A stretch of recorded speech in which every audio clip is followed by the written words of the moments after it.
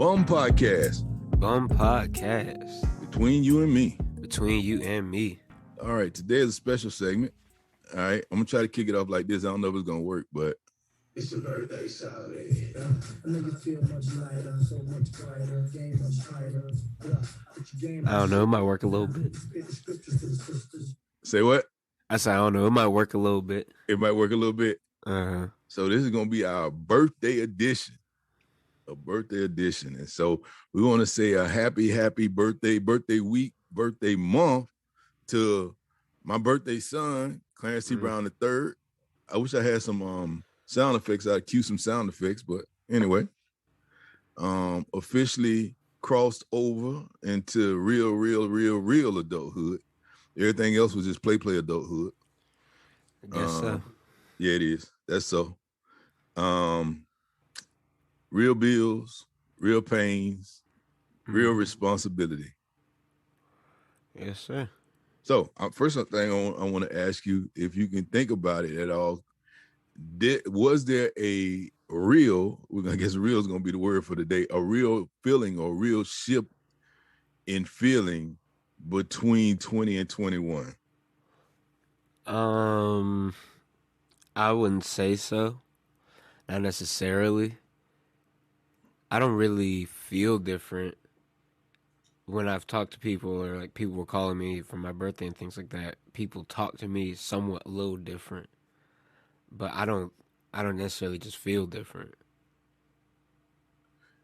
You don't feel different. So no bone aches, no shedding of juvenile thoughts, processes, weights, or anything like that. Not so far. So far, I feel about the same. I would say it was a bigger shift when I moved down here. Okay, I feel that. That was probably a bigger shift because there's some more physical changing going on with that. Whereas this kind of just felt like I woke up another day. Okay, cool. So that's what I would say about that.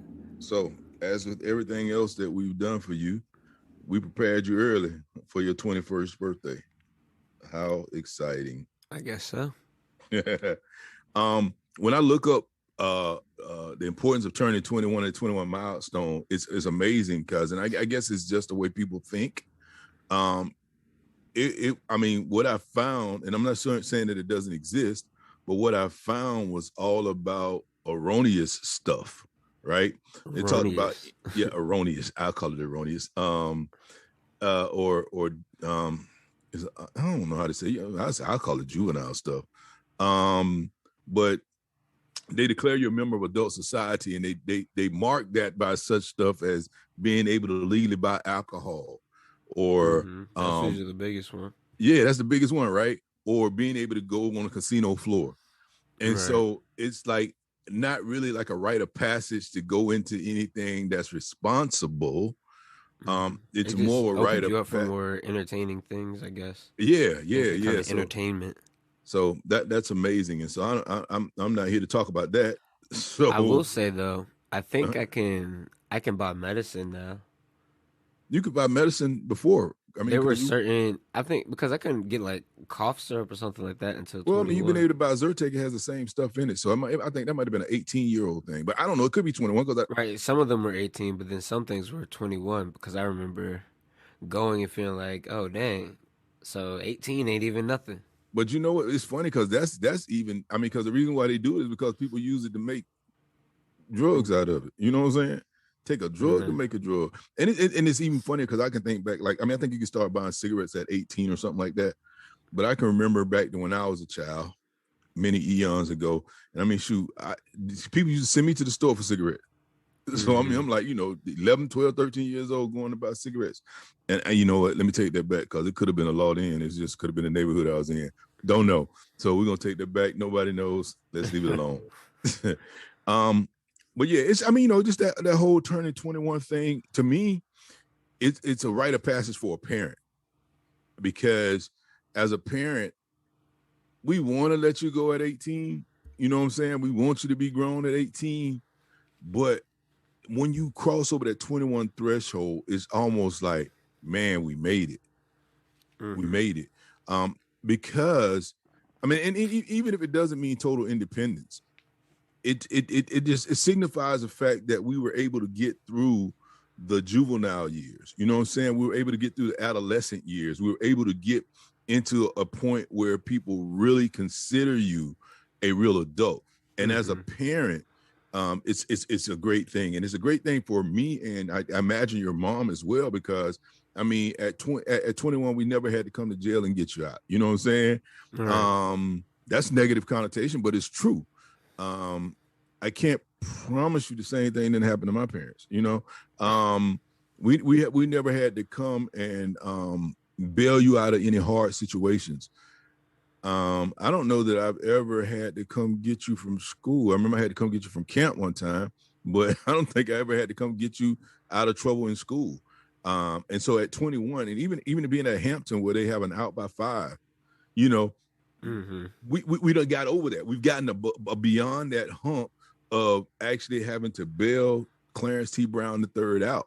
And so at the age of 21, it's like, wow. We kind of sort of made it. And again, not that age 21 or 22 or 23 is not going to come without his bumps and bruises, but it's still good. As a matter of fact, there's another milestone in your life, and it comes at 25, right?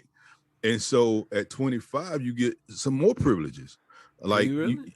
You can rent a car, you know, more easily. You can rent a car easily now, but you know, you can't. I mean, they put responsibilities on you, you know, or it costs another premium.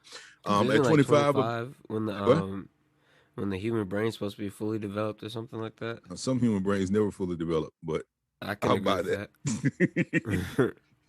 that. Like, yeah. So I mean, your car insurance might even get cheaper at 25. Not necessarily for female. Females, it gets cheaper quicker. So it might have something to do with That's know. Also true, because their age for like maturity in the brain is supposed to be younger than the age for males. Right. And I think that may be more out of will and desire than anything. Maybe. Yeah. So we don't know. We'll have to figure that out. They said 21, you can drive certain kinds of larger vehicles. So if you want to go drive a bus now, I guess you can drive a bus. You can apply for a license to fly commercial transport airplanes, so helicopters, gyroplanes, and airships. So if you decide that you want to go start flying, I doubt if you do, but just in case, you know, at 21, I imagine you can do that. So question is, at 21, what is it that you want to do with your life differently now? You saying differently now that I'm 21 versus when I'm 20? Yeah, I imagine, yeah. I mean, honestly, I can't really think of anything specifically.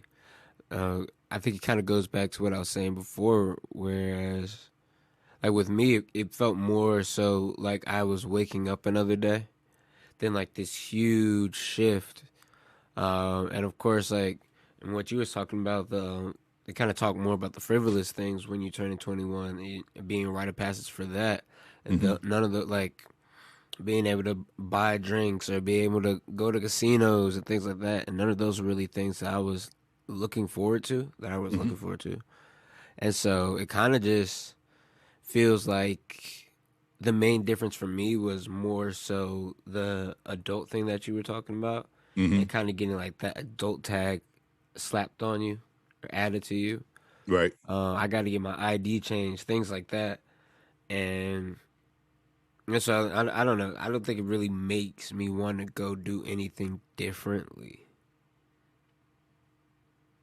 Okay. I don't know if was that your question. No, that was a question. Okay. That was the question.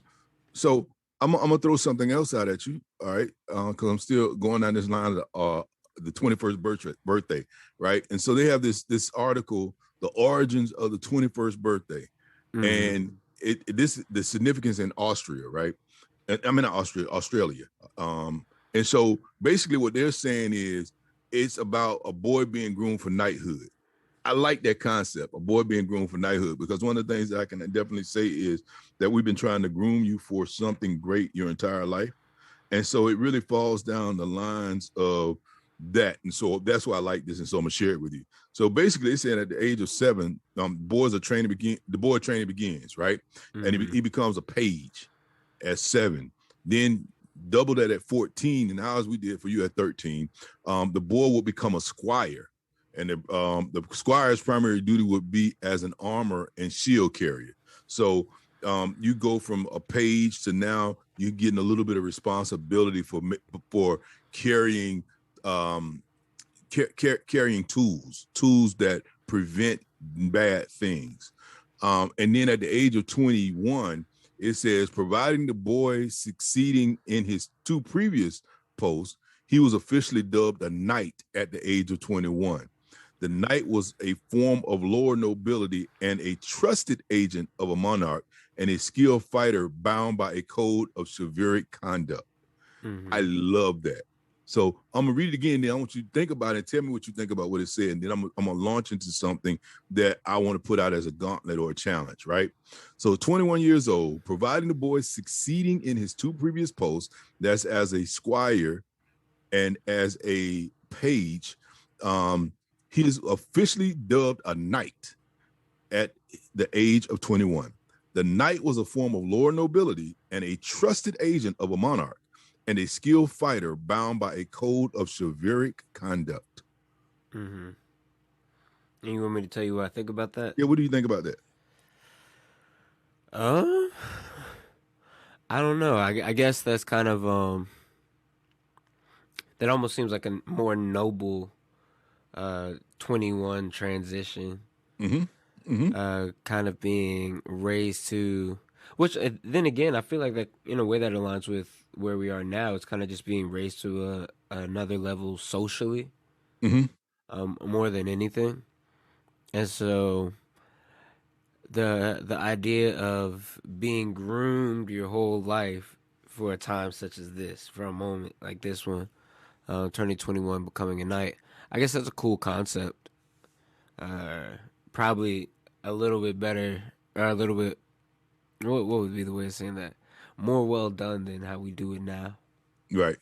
Because I mean, in a way now, it seems more so like when you reach 21, everybody kind of lets go of you.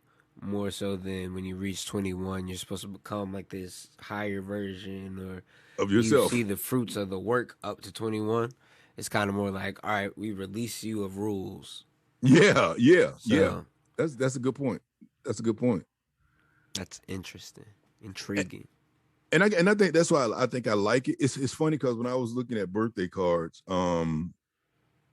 it was a birthday card I looked at, and it said something like, "Hey, now you're 21. You're free to go out and do all the things legally that you used to do illegally." Right. You know what I'm saying? And it's like, it's almost like that expectation in society now.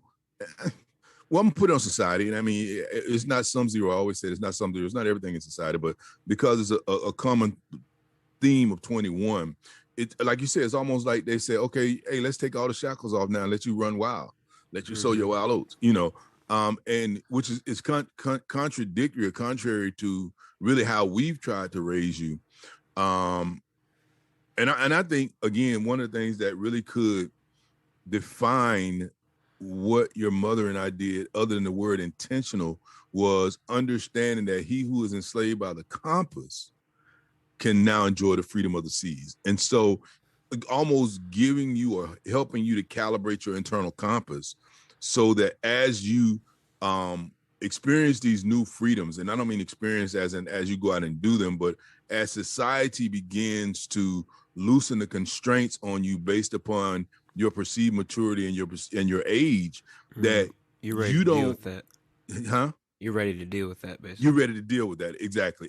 Like I can responsibly deal with it, as opposed to you have some people who, especially going off to college for the first time, because the household that they came out of was so possibly strict, rigid. Or rigid, right? That, when they got to college, the first thing they did was they went anti-home, and so everything running loose. Yeah, they started to experience freedom. It's amazing, man. I'm gonna tell you, like, so I used to work on a college campus, and I used to deal with freshmen a lot, and like it was amazing some of the things, and this was a couple of decades ago because it was before you were even born, yeah.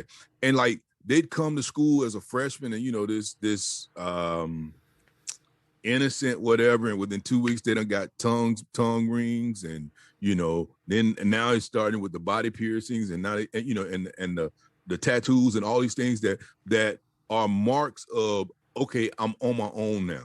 The bad thing about it is that in most cases they aren't really on their own. They just are no longer under the thumb of their parents.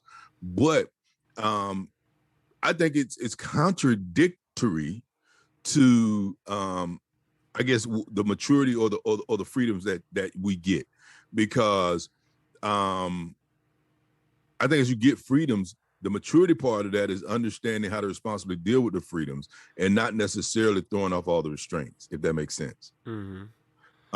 It's kind of I know, like, sometimes we talk about don't be the anti-parent. Yes. And I mean, in a way, it's really exactly that. Don't be the anti of your situation. Take the good and bad and kind of analyze the situation. Yeah. And then just because you have the right or the ability to do some things doesn't mean that you should be doing them. Mm-hmm. Mm-hmm. And so I feel like the whole... Shoot, what was I going to say? You should be preparing yourself to be mature and be able to handle those freedoms. Or, I mean, even that I feel like could fall on the parent as well. Like, you should be preparing people to be ready for freedom and ready to make their own decisions with the freedom that they're having, instead of it kind of being a let loose thing. Right. I'll say one of the things like about the school I go to is when we started off freshman year, we had a curfew in the beginning. And of course everybody hated curfew and all that. But we had curfew until about homecoming, So about a little over a month my freshman year. And whereas sometimes it kind of seemed like a bummer,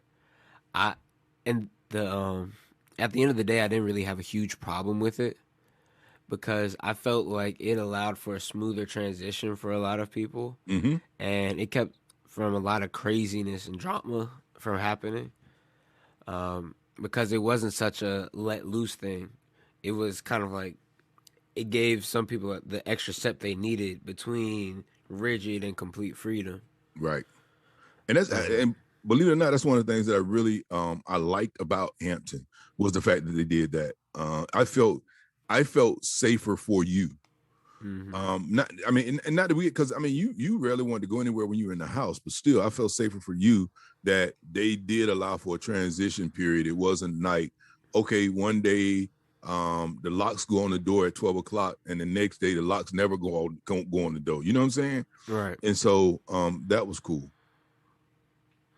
While you were talking, something came to mind, and I call it a quote, maybe it's a scripture. It's to he who much is given, much is expected. Right. And it's almost as if learning that I'm giving more freedom, and because I'm giving more freedom, more is expected of me, should be what we're teaching. As opposed to because I'm given more freedom, less is expected of me. Which that's a lot of what, and I guess it plays out differently in different people's lives, but what I found from college is it's really more so about learning how to manage your freedom. That's where the whole like the time management pieces come in, the project management pieces come in, because you have more, so you have to learn how to do with the more that you have.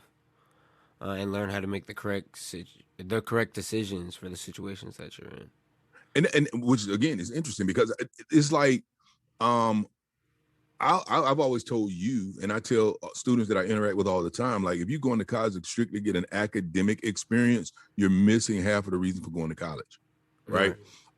Going to college puts you in an incubated environment that is not rigid, structured as if you're at home, but it gives you gradual freedoms and flexibilities, and it gives you the opportunity to explore them with low hanging fruit, or explore them with low thresholds of pain. So like if you were not at college and you did some of the things that people do at college, like they'll not be able to pay their rent.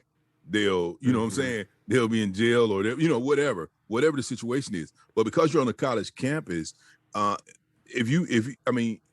got student loans for the most part to cover rent, regardless of whether you're doing X, Y, or Z. Right. You got a meal plan to cover food, so you don't have to worry about going hungry, that kind of stuff. And I know all students don't take advantage of it.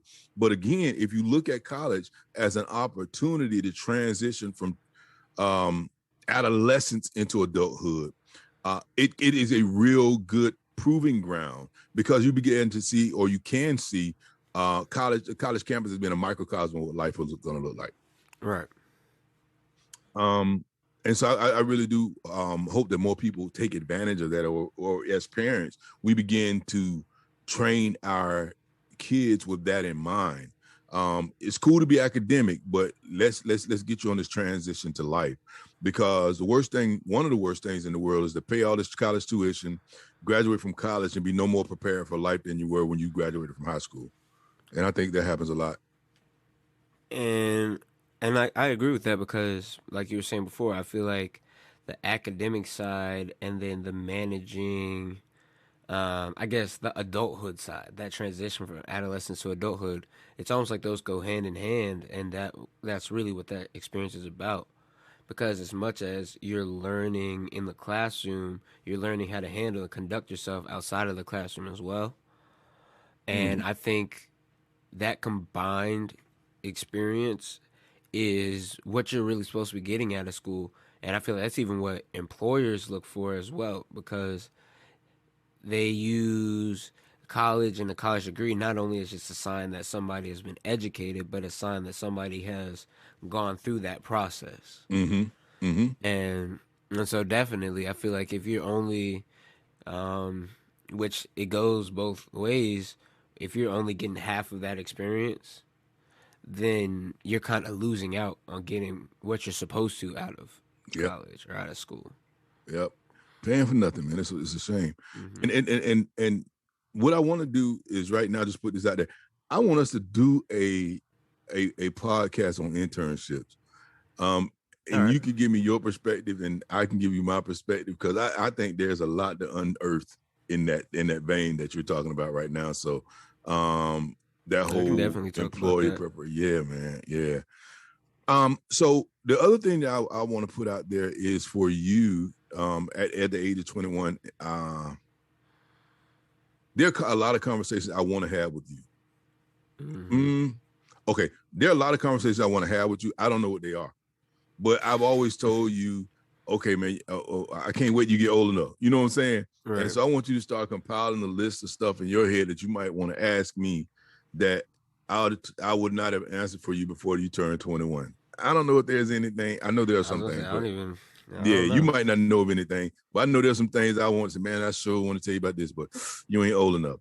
But what I will say is, looking at that 21-year mark, one of the things that I did for you, even in giving you your freedom and flexibility, was I put in some markers, road maps, those things.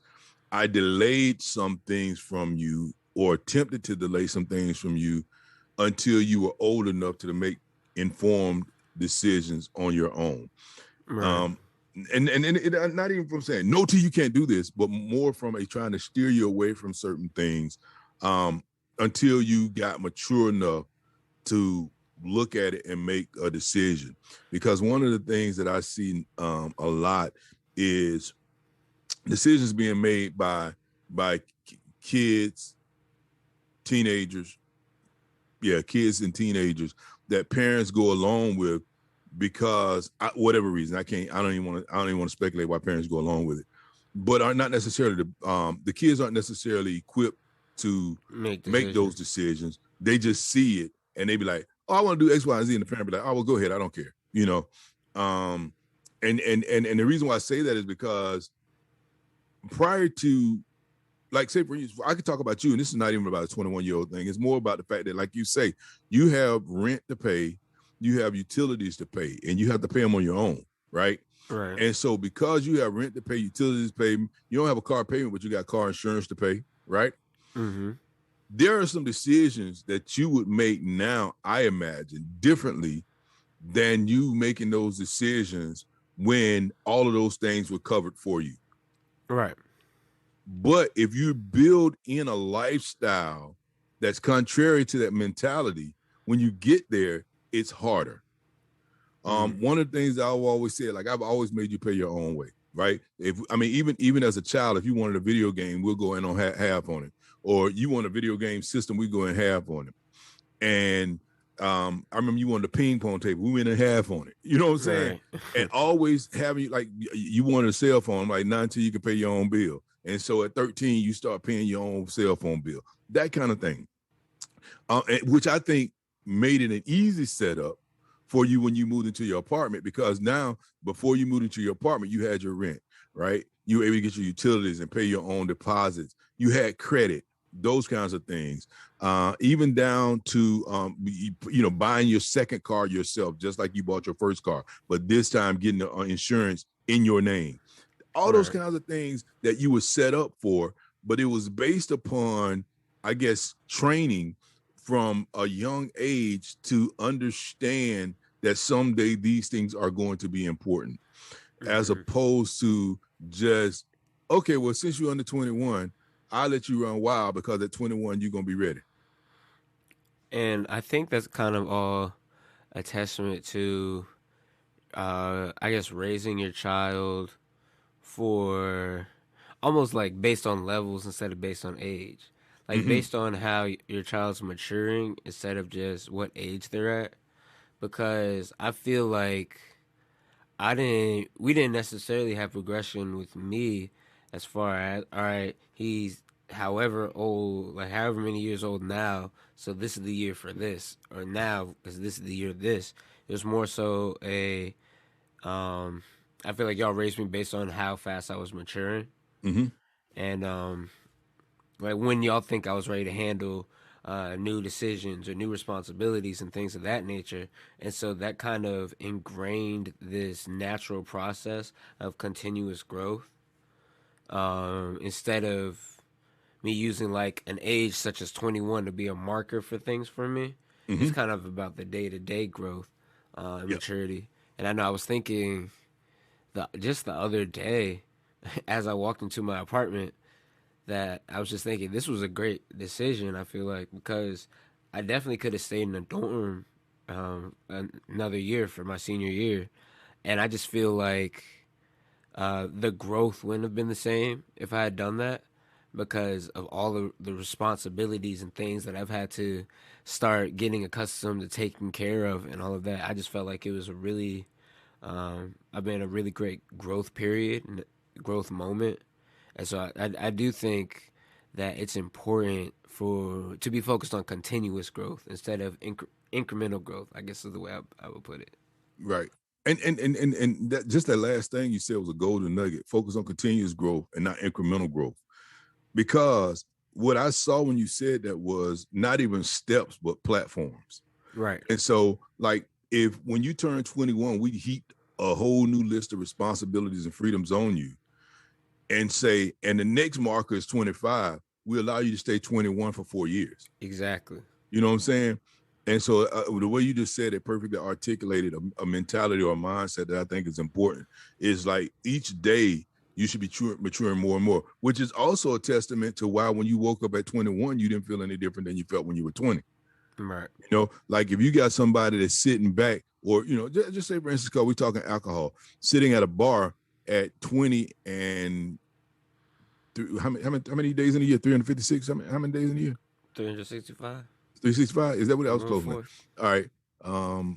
So somebody sitting at a bar at 20 years, 364 days, 23 hours and 59 seconds, waiting on the next second to drop so that they can grab this drink or order this drink and drink it. You know what I'm saying? To feel that they've progressed with the increment, basically. Right. They feel like they progressed with the increment, as opposed to saying, you know, I've been ready for this my whole life, and so I'm walking into it. And that's the one thing I've been big on. It's like not trying to project when the next step is going to take, but consistently walking into that next stage. It's been big for me, and I think that it plays out true for you as well. So I told you when I reread you for that 21 years old Dub the Night thing that I was going to put something out there as a gauntlet. And so here's one of the major things that I saw.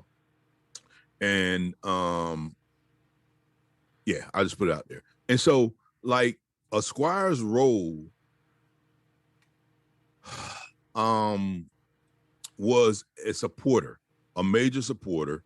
He had a huge, responsibility. He wasn't responsible for necessarily leading a charge. He wasn't even necessarily responsible for fighting. He was responsible though for those things that allow major things to happen. Which I would also say we've done with you.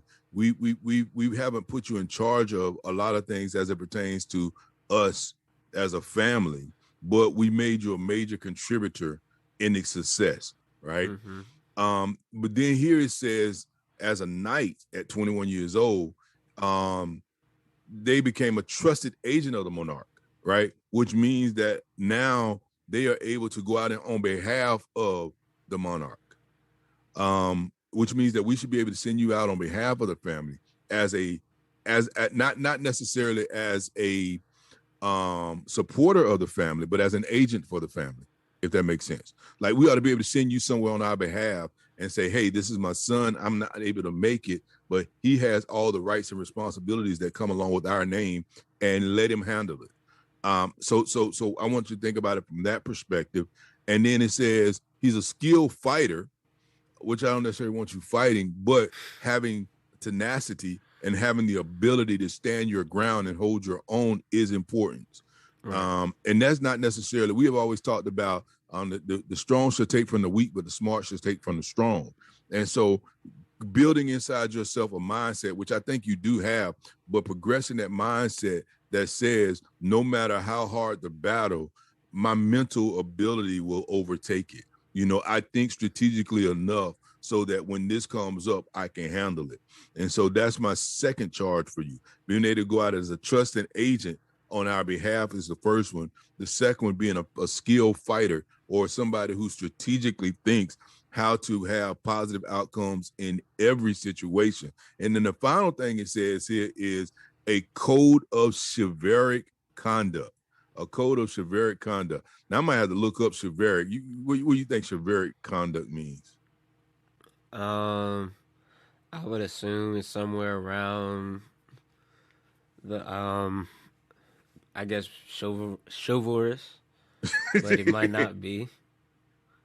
What did you find? They say chivalry is dead.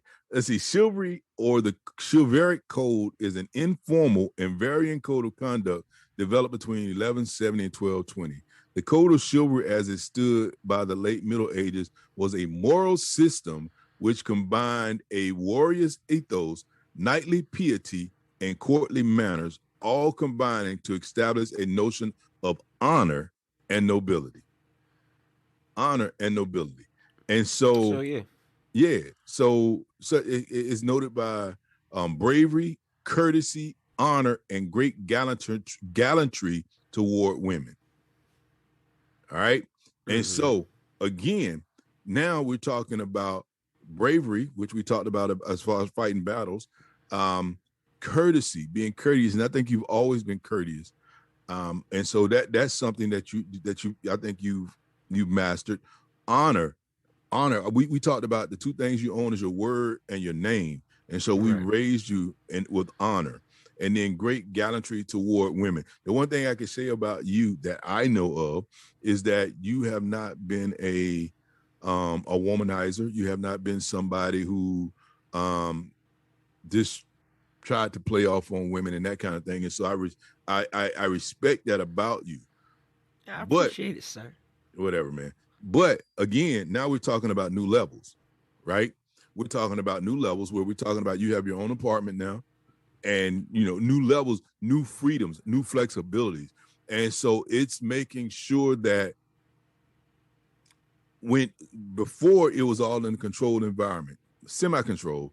Now it's all the freedom and flexibilities, all the bets are off, making sure that you maintain those things that you learned and found to be of value in your life before, and maturing them to the next level, as opposed to discarding them now that they're no longer required. Does that make sense? Mm-hmm. That makes sense. Okay. That makes sense. That's what I'm calling. That's my gauntlet for you for this phase of your life as you keep moving forward. Is that trust the agent of Monarch, making sure that you are agent for the family, instead of us, not alongside us. Making sure you're a skilled fighter, right? And as being a skilled fighter, strategic thinking, making sure that you're always making sure that you put yourself in the best possible position, and carrying that chivalric code or that chivalric conduct. That's a gauntlet. That's the thing I'm gonna be watching out for you over the next years of your life as you continue to grow and progress. All right. Well, yeah. I can take you up on that, sir. Okay. On the gauntlet. Okay. All right. So what else has 21 taught you? I don't know. It's just my third day out here. It's just your third day out in the streets? I guess so. It's interesting now. Okay, so check this out.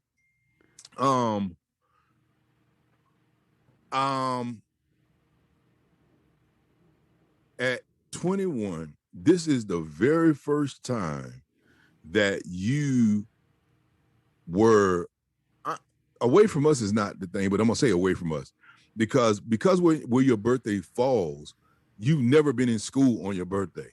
Mm-hmm. So how was that? Was that feeling different? Definitely. I think I had more people, I guess, excited for my birthday because it was actually falling in line with people actually being around, I guess. Mm-hmm. Like I have a few friends down here and they're like excited for me and they wanted to give me my birthday licks and all of that. And I never really had that throughout school because I would always be home or wherever for the summer. So that was interesting. Okay. Well, congratulations for making it, sir. I appreciate it.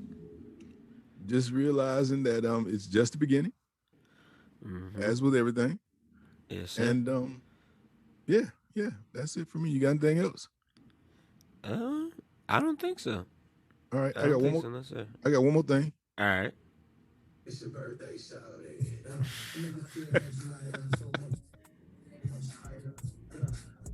Gonna try an outro too. Yeah, it's your birthday, Shawty, man. So, hey, I love you, son. Happy birthday again. I'm looking forward to seeing you soon. All right, love you too. Appreciate it. All right, Bum Podcast. Bum Podcast. Between you and me. Between you and me. Holla. Holla.